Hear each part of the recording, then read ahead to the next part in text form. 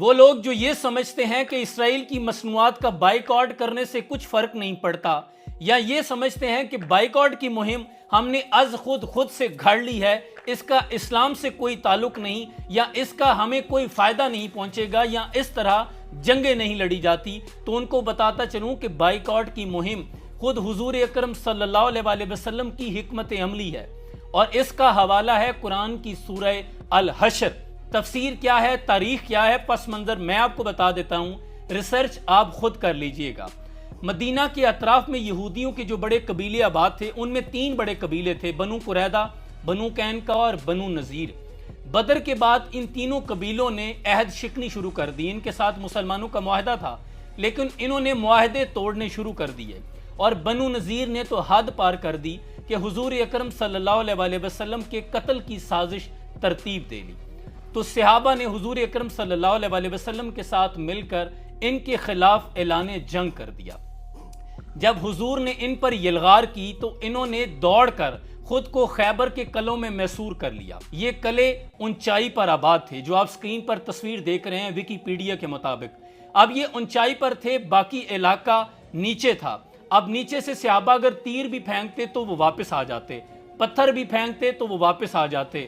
کافی روز تک جب محاصرہ جاری رہا اور بے سود رہا، تو حضور اکرم صلی اللہ علیہ وسلم نے فرمایا کہ یہ جو ان کے کھجوروں کے درخت ہیں، جن پر ان کی معیشت کا انحصار ہے، جس کی وجہ سے ان کے پاس ہتھیار بھی ہیں، ان کے پاس سونا چاندی زیورات اور کھانے کی اشیاء بھی وافر موجود ہیں، تو ایسا کریں کہ ان کے یہ کھجوروں کے درخت کاٹ دیں۔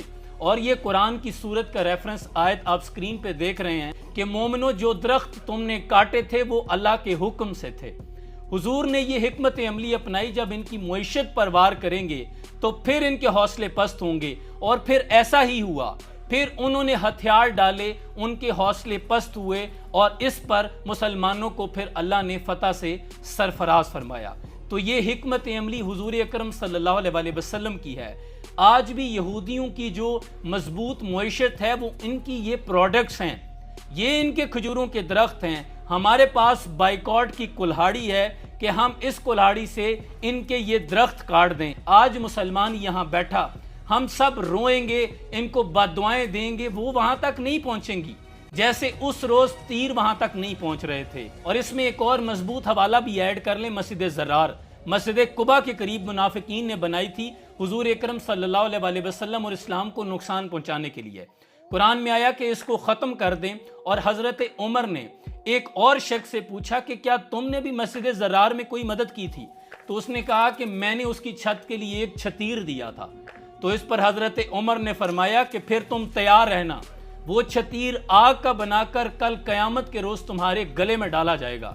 یعنی تم نے انہیں معاشی طور پر مدد فراہم کی تھی۔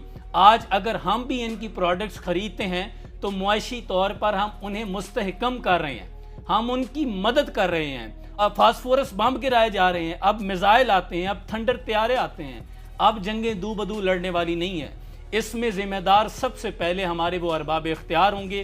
ان کا گریبان پکڑا جائے گا کہ جن کے پاس طاقت تھی، جن کے پاس دنیا کی بہترین افواج تھی، بہترین ٹیکنالوجی تھی، اور یہ جتنے بھی مسلمان ممالک اور ان کے ارباب اختیار ہیں، سب سے پہلے ذمہ داری ان پر عائد ہوتی ہے۔ ہمارے ذمہ یہ ہے، جو بول سکتا ہے وہ بولے، جو لکھ سکتا ہے وہ لکھے، جو بائیکاٹ کر سکتا ہے وہ بائیکاٹ کرے، اور فلسطین کے لوگوں کے دکھ میں شریک ہو کر ان کی آواز بلند کرنی ہے۔ کہیں ایسا نہ ہو کہ ہم ان لوگوں میں شامل ہو جائیں جیسے حضرت صالح علیہ السلام کی اونٹنی کے قاتل تو صرف 4 تھے، پوری باقی قوم کیوں تباہ ہو گئی تھی؟ وہ اس لیے تباہ ہو گئی تھی کیونکہ وہ خاموش تماشائی تھے۔ میری یہ گزارش ہے کہ تمام لوگ میکڈونلڈ، KFC جو ٹاپ آف دی پروڈکٹس ہیں، اس کے علاوہ لوریل اور جتنی بھی پروڈکٹس ہیں، ان تمام کا بائیکاٹ کریں۔ یہی ان کی معیشت ہے، یہی ان کے کھجوروں کے درخت ہیں۔